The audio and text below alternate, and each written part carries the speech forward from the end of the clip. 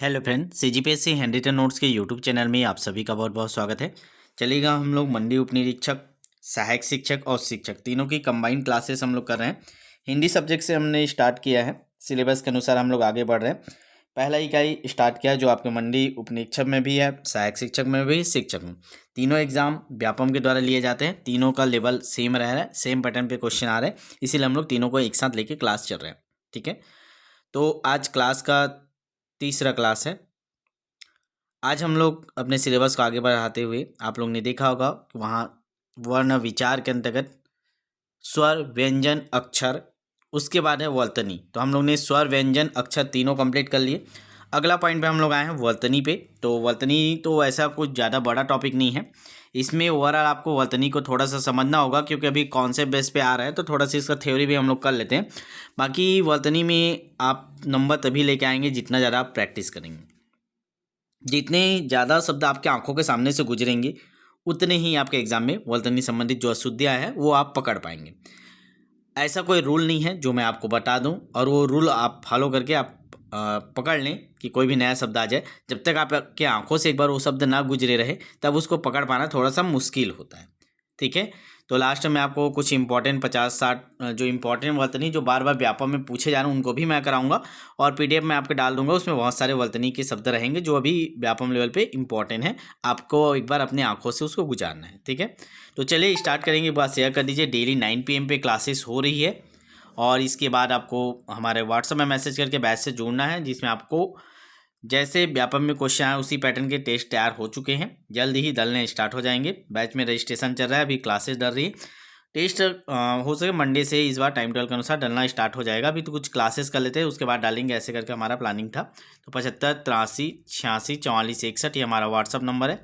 चाहे आप मंडी उपनिरीक्षक की तैयारी करें, केवल स्नातक मंगा है, सभी ग्रेजुएशन है, जितने लोग क्लास देखें सभी उसमें फॉर्म डाल दीजिए। फॉर्म अभी अप्लाई हो रहा है, मैं बार बार बोल रहा हूँ, चुकिएगा मत, फॉर्म अप्लाई कर दीजिए। 200 पद है, बहुत शानदार सिलेबस है, कोई नया ज़्यादा चीज़ें नहीं है, सारी चीज़ें मैं यहाँ कवर कराने की कोशिश करूँगा।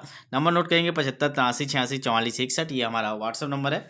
इसमें आप मैसेज करके बैच से जुड़ सकते हैं। ठीक है, चलिएगा, ज़्यादा फीस नहीं है, नाम मात्र की फीस है, जो कॉस्ट आ रहा है वही कॉस्ट आपसे ले रहे हैं। चलिए करिए, स्टार्ट करते हैं जल्दी से वर्तनी। तो सबसे पहले हम लोग परिभाषा को पढ़ते हैं, तो इसका भी हम लोग परिभाषा देख लेते हैं।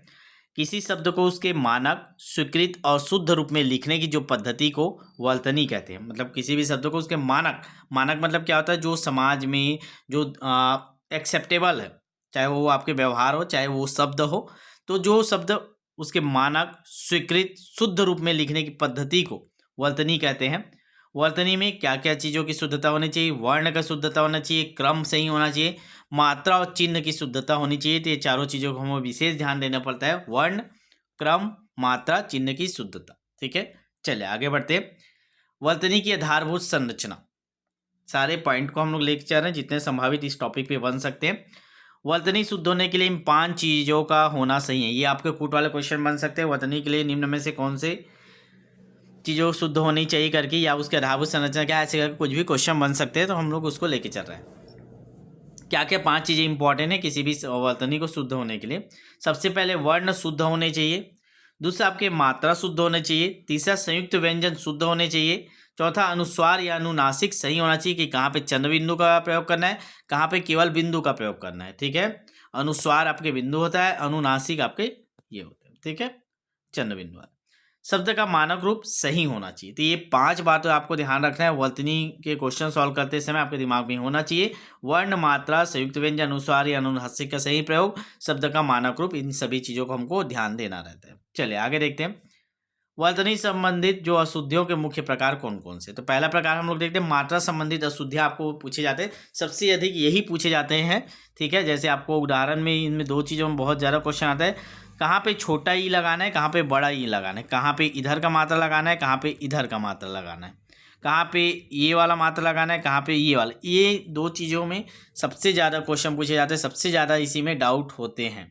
ठीक है, तो आपको इसको अच्छे से याद रखना पड़ेगा। उदाहरण के तौर पे अगर हम लोग देखें तो किरण, किरण में क्या होता है आपका, देखिए छोटी की मात्रा रहता है, छोटा ई रहता है। अगर आपकी बड़ा ई रहेगा तो गलत हो। तो जब तक आप एक एक बार ऐसे का क्वेश्चन शब्दों को देखे रहेंगे ना, बहुत आसान हो जाता है फिर वहाँ सॉल्व करना। ठीक है। ये सुर वाला देख लीजिए, सुर में छोटा सुर रहता है, बड़ा, ये अर्थ बदल जाता है। ऐसे ही अगला जो है जो आता है एग्जाम में, ए और ए की मात्रा, कहाँ पे एक मात्रा लगेगा, कहाँ पे दो मात्रा लगेगा। ठीक है, तो जैसे नैतिक हो गया, इसमें डबल मात्रा रहता है, और ठीक है, नैतिक बड़ा ए का रहता है। कहाँ पे आपका ये कौशल हो गया, इसमें भी डबल मात्रा रहता है। ये सारे शब्द आपको देखने हैं। अगला जो कन्फ्यूजन रहता है, जो क्वेश्चन आता है, अनुस्वार जो एक बिंदु लगता है और अनुनासिक जिसमें चंद्र बिंदु लगता है, तो किन शब्दों में आपको अनुस्वार का प्रयोग करना है, किन शब्दों में अनुनासिक का प्रयोग करना है, इसको आपको ध्यान देना है। और कहाँ से आएगा ये, आपके प्रैक्टिस से आएगा, इसका कोई डायरेक्ट शॉर्ट ट्रिक नहीं है। जब वर्ण का जो पंचमा अक्षर आए तो वहाँ पे अनुस्वार लगता है। कुछ चीज़ों को आप ध्यान रखिएगा। पहला, जब वर्ण का पंचमा अक्षर, मतलब आपको मैंने 25 वर्गीय व्यंजन याद करवाए हैं, क ख ग ये वाले, ठीक है, च छ, तो इसमें का जो लास्ट वाला रहता है पंचमा अक्षर, जिसे हम लोग ये अनुनासिक का उसमें प्रयोग करना रहता है, अनुस्वार का, याद रखिएगा। जब वर्ण का पंचमा अक्षर आए तो वहाँ पे अनुस्वार का प्रयोग करना है, जैसे अंक, संत, अंधकार। ठीक है, अनुनासिक का प्रयोग कहाँ होता है, जहाँ माँ हो, चांद हो, हंसी हो, इन सब। इसको प्रैक्टिस करेंगे तब आपको मैं करा दूंगा नीचे, तब आपका ज़्यादा अच्छे से क्लियर होगा। इन दोनों का अंतर पूछा जाता है। ठीक है, किसका, उपज और अनुस्वार और अनुनासिक का हम लोग पढ़े। अड़ा और ना का प्रयोग, यहाँ पर भी आप कन्फ्यूज़न रहता है। ठीक है, ट ठ ड ढ, अड़ा के बाद प्रायः अड़ा आता है, जैसे वर्ण हो गया, पूर्ण हो गया, कर्ण हो गया। लेकिन जो नदी है, यहाँ ना का प्रयोग किया जाता है, नयन। इस संस्कृत के शब्दों में ये वाला याद रखिएगा, संस्कृत के जो तत्सम शब्दों में अड़ा का अधिक प्रयोग मिलता है। ठीक है, कहाँ पे स का प्रयोग होता है, ये बस शब्द है, आप देख लीजिए, लास्ट में आपको एक लिस्ट दे दूंगा, उसको आप पढ़ लीजिएगा। स में क्या होता है, शक्ति, शिष्य, विशेष। ये वाले स में क्या रहता है, षटकोण वाले में षटकोण, निष्कर्ष, दोष। स वाला, ये वाला प्रयोग कहाँ होता है, समय में, संसार में, सफल में। ठीक है, याद रखने का सूत्र बस यही है कि संस्कृत के मूल शब्दों में श मिलने की संभावना अधिक रहती है। तो दो चीज़ अभी हम लोग ने देखा, अगर संस्कृत के शब्द है तो वहाँ स होना चाहिए और अणा होना चाहिए। ठीक है, आगे देखते हैं। संयुक्त व्यंजन संबंधित अशुद्धियों को पूछा जाता है, क्योंकि ये त्रिशूल लिखना है तो आदमी त्रिशूल ऐसे भी लिख देता है। इसी प्रकार जो गलतियां होने रहता है, जो उच्चारण में आता है, उन्हीं चीज़ों को ज़्यादा पूछते हैं। तो त्रिशूल में आपको ये त्र का प्रयोग करना है, संयुक्त व्यंजन का। ज्ञान में ज्ञा का प्रयोग होता है, क्षेत्र में ये वाला श का प्रयोग होता है, फिर श्रम में श्रा का प्रयोग होता है। ठीक है, ये कष्ट कई बार पूछा गया है, तो कष्ट में आधा स का प्रयोग होता है। ठीक है, इसमें ये वाला इंपॉर्टेंट, इसको देख लीजिएगा। विसर्ग का प्रयोग दुख में, निःशुल्क में, दुख सप्पन में। आधुनिक हिंदी में कई जगह हट भी जाता है, पर परीक्षा में ये पूछा जाता है विसर्ग का प्रयोग। इससे संबंधित अशुद्धियां भी आपको देखने को मिलेगी। आगे देखते हैं द्वित्व व्यंजन। द्वित्व व्यंजन क्या होता है, सबसे पहले तो इसको समझ लीजिए। तो आधा तो रहेगा, लेकिन उसके बाद वही शब्द रहेगा। ठीक है, अगर जैसे आधा न और स है, तो यहाँ पे द्वित्व व्यंजन नहीं है। अगर आधा न है तो वहाँ पे उसके बाद पूरा न होना चाहिए, तब जाकर वो द्वित्व व्यंजन कहलाता है। इस बात को अच्छे से समझ लीजिएगा। जैसे सच्चा हो गया, अन्न हो गया, पक्का हो गया, सम्मान हो गया। कई बार पूछा गया है निम्न में से कौन सा द्वित्व व्यंजन है, तो आपको बस ये याद रखना है, अगर आधा जो आधा है वही उसके बाद पूरा भी उसमें रहेगा। ठीक है, तो ये हो गया।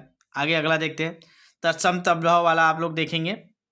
अग्नि, आग, दंत, दांत, रात्रि, रात, मुख, मुख। ठीक है, तो प्रतियोगी परीक्षा में इसका शुद्ध रूप पूछते हैं, तो इसको थोड़ा ध्यान रखिएगा शब्दों को। और क्या क्या जो शब्द है जो बार बार व्यापक में पूछे गए हैं, जिसको आपको ध्यान रखना, जैसे विद्यालय हो गया, विद्यालय ऐसे लिखा जाता है, विद्यालय नहीं लिखते।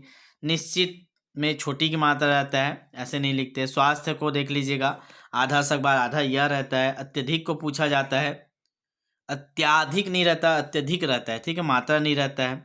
उज्ज्वल को बहुत बार पूछा गया है, वो आरजा मिले, डबल आधा जा रहता है, वो आरजा आधा जा वल लिखाता है।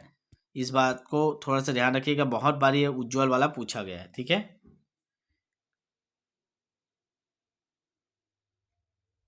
उसके बाद आवश्यक हो गया, ये आवश्यक के देख लीजिएगा। ठीक है, अब आगे हमारा पॉइंट देखते हैं, परीक्षा में पूछे जाने वाले प्रश्न किस किस प्रकार के पूछे जाते हैं, क्या क्या आपको तैयार करना है।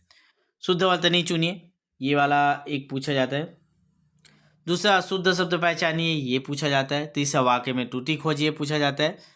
चौथा रिक्त स्थान भरिए करके आता है क्वेश्चन। और पांचवा युग्म शब्दों में अंतर खोजिए करके। 5 प्रकार के क्वेश्चन अभी तक पूछे गए हैं।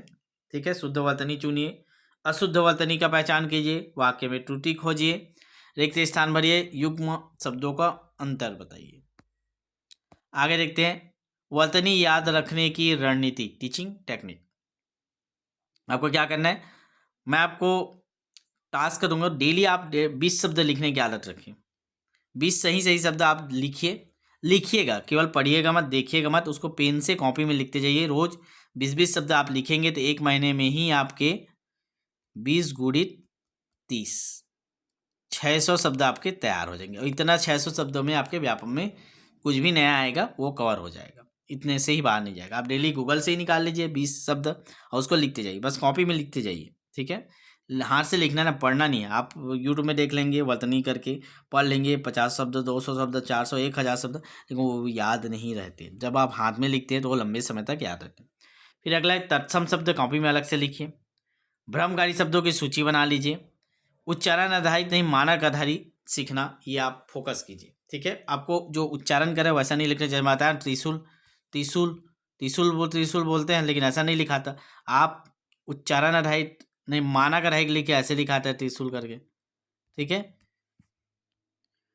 ठीक, बस इतना ही था और कुछ नहीं है। वर्तनी में थोड़ा सा कुछ इंपॉर्टेंट है, यहाँ भी दिखा देता हूँ मैं आपको, जो 50 इंपॉर्टेंट यहाँ है। बाकी और भी आपके बैच में इसका PDF डाल देंगे, वहाँ से देख लीजिएगा। विद्यालय हो गया, निश्चित हो गया, अत्यधिक हो गया, स्वास्थ्य हो गया, आवश्यक हो गया, उज्ज्वल हो गया। ये वो शब्द है जो बार बार व्यापक में पूछे जा रहे हैं, लगातार रिपीट हो रहे हैं। ठीक है, उज्ज्वल हो गया, प्रत्यक्ष हो गया, प्रतीक हो गया, वास्तविक हो गया, विद्यार्थी हो गया, विशेष हो गया, निष्कर्ष, दृष्टि, कृपया, क्योंकि, अवसर, उद्देश्य, उत्तरदायित्व, स्वतंत्र। स्वतंत्र में याद रखेंगे दोनों माने, ये वाला भी स्वतंत्र लिखा जाता है, आधा ना भी लिखा जाता है, दोनों माने पर आधुनिक में आपको ये वाला याद रखना है। ठीक है, संघर्ष, सम्मान, संपन्न, संपत्ति। संपत्ति में दोनों भी मान्य है, आधा मा भी और बिंदु भी, पर आधुनिक में आपको ये पॉइंट वाला रखना है, ध्यान रखेंगे। संस्कार हो गया, संयोग हो गया, अभ्यर्थी हो गया, अधीन हो गया, आधिकारिक, अनिवार्य, अनुच्छेद, अंतरिक्ष, आकांक्षा, उत्कृष्ट, उपयुक्त, औद्योगिक, कल्याण, क्षेत्र, क्षमता, ज्ञान, ज्योति, त्रुटि, दुर्लभ, दृष्टिकोण। ये वो शब्द हैं जो मैं आपको यहाँ बता रहा हूँ। अब इसको लिख के एक बार प्रैक्टिस कर लीजिएगा, मोस्ट इंपॉर्टेंट जो बार बार व्यापम में अभी तक पूछे गए। धर्म, निश्चित, प्रयोग, प्रशंसनीय, फलस्वरूप, भविष्य, महत्वपूर्ण। ठीक है, महत्वपूर्ण में भी दोनों आते हैं, उसको ध्यान रखिएगा। ये PDF मैं डाल दूंगा आपके बैच में, जैसे ही ये वाला इकाई खत्म होगा आपका जो नया बैच है उसमें PDF डाल दिया जाएगा, ताकि आप बहुत अच्छे से एक बार नोट्स बना लें और पढ़ लें। चलिए, कूट आधारित प्रश्न कैसे बनते हैं, कुछ डेमो यहाँ देख लेते हैं, बाकी आपको टेस्ट में कराएंगे। पहला प्रश्न है, विद्यालय शब्द के संबंध में निम्न कथनों पर विचार कीजिए। देखिए, इस प्रकार के क्वेश्चन आएंगे। डायरेक्ट ये नहीं बोले कि विद्यालय शब्द को में कौन सा त्रुटि है ढूंढिए, या विद्यालय शब्द के लिए कौन सा सही उच्चारण, आपको ऐसे फंसाएगा। विद्यालय शब्द के संबंध में निम्न कथनों पर विचार कीजिए। यह एक तत्सम शब्द है, इसमें दया संयुक्त व्यंजन है, विद्यालय इसकी अशुद्ध वर्तनी है। तो इस प्रकार के आपके 3 ऑप्शन है। देखिए, विद्यालय के संबंध में तो देखिए ये वाला तो सही हो गया, विद्यालय इसकी जो अशुद्ध वर्तनी है। फिर दया, इसमें संस्कृत संयुक्त व्यंजन है। ठीक है, दया जुड़ा हुआ है, संयुक्त है क्योंकि आधा द है, ये लगा है मतलब आधा द, तो आधा द के साथ कोई शब्द जुड़ा है मतलब वो संयुक्त व्यंजन में आता है। और ये तत्सम शब्द है, इसीलिए हमारा ऑप्शन नंबर C सही है। तीनों 1, 2, 3 तीनों सही। 30 प्रकार के नए क्वेश्चन बन सकते हैं। मैं उसी लेवल में हर प्रकार के मेहनत करके आपके लिए क्वेश्चन बनवा रहा हूँ और आपके सामने ला रहा हूँ। ठीक है, हर टॉपिक के हम लोग, हर इकाई का हम लोग 70 से 80 क्वेश्चन प्रैक्टिस करने का हम लोग टारगेट रखे हैं, ताकि हर छोटा छोटा टॉपिक आपका बहुत अच्छे से क्लियर हो। ठीक है, तो जल्दी जुड़ जाइएगा आप लोग, शुरू से ही जुड़िएगा, ताकि CG टेट जैसे भगदड़ लास्ट में मचा था, 1 महीने जब 15 दिन बचा था, तो ऐसा स्थिति ना हो। आप आज से ही जुड़िए, आज से ही स्टार्ट कीजिए, हिंदी स्टार्ट कीजिए मेरे साथ। अभी कॉमन सब्जेक्ट को लेके चलिए।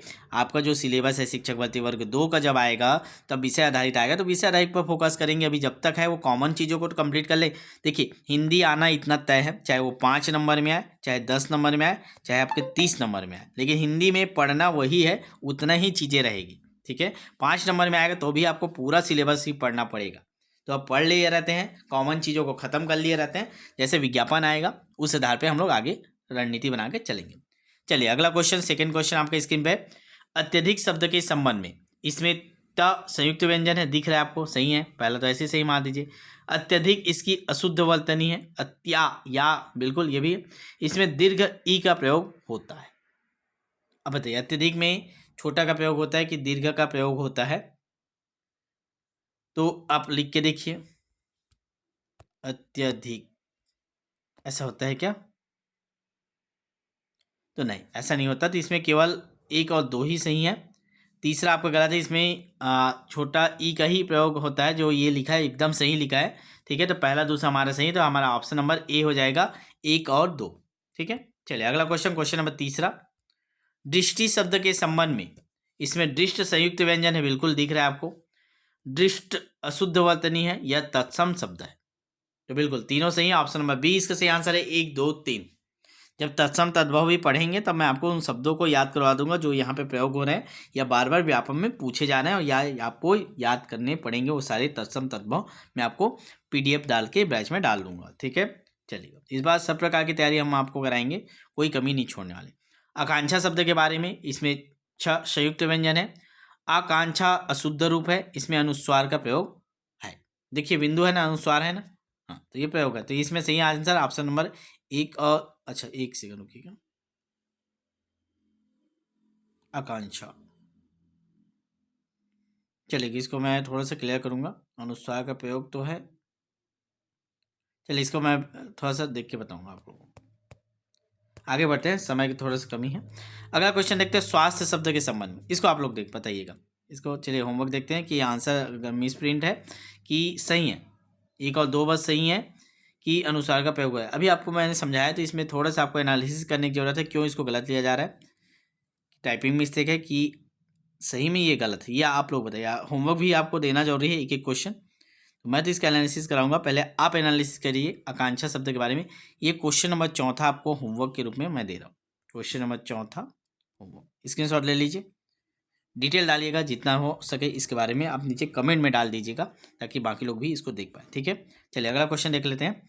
स्वास्थ्य शब्द के संबंध में, ये स्क्रीन पे पूरा आ गया, चलिए देखेंगे।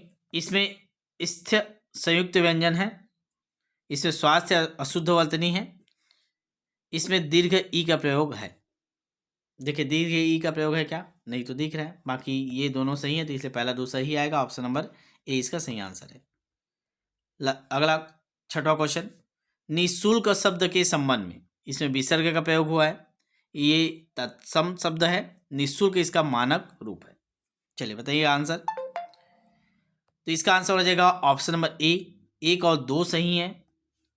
निःशुल्क इसका मानक रूप नहीं है, ये मानक रूप तो यही है, तभी तो वो सही हुआ है। ठीक है, तो हमारा पहला दूसरा सही आंसर है। अगला क्वेश्चन, उज्ज्वल शब्द के संबंध में, इसमें द्वित्व व्यंजन है, बिल्कुल आपको दिखाई दे रहा है, मैं आपको बताया था जो हो उसके बाद वो पूरा। ठीक है, लेकिन वो पूरा हो बोले थे इसका। ठीक है, डबल यहाँ पे रहता है, उसका वो रहता है, तो द्वित्व व्यंजन का प्रयोग होता है। सेम शब्द आना चाहिए आधा के बाद, चाहे वो आधा हो चाहे वो पूरा हो।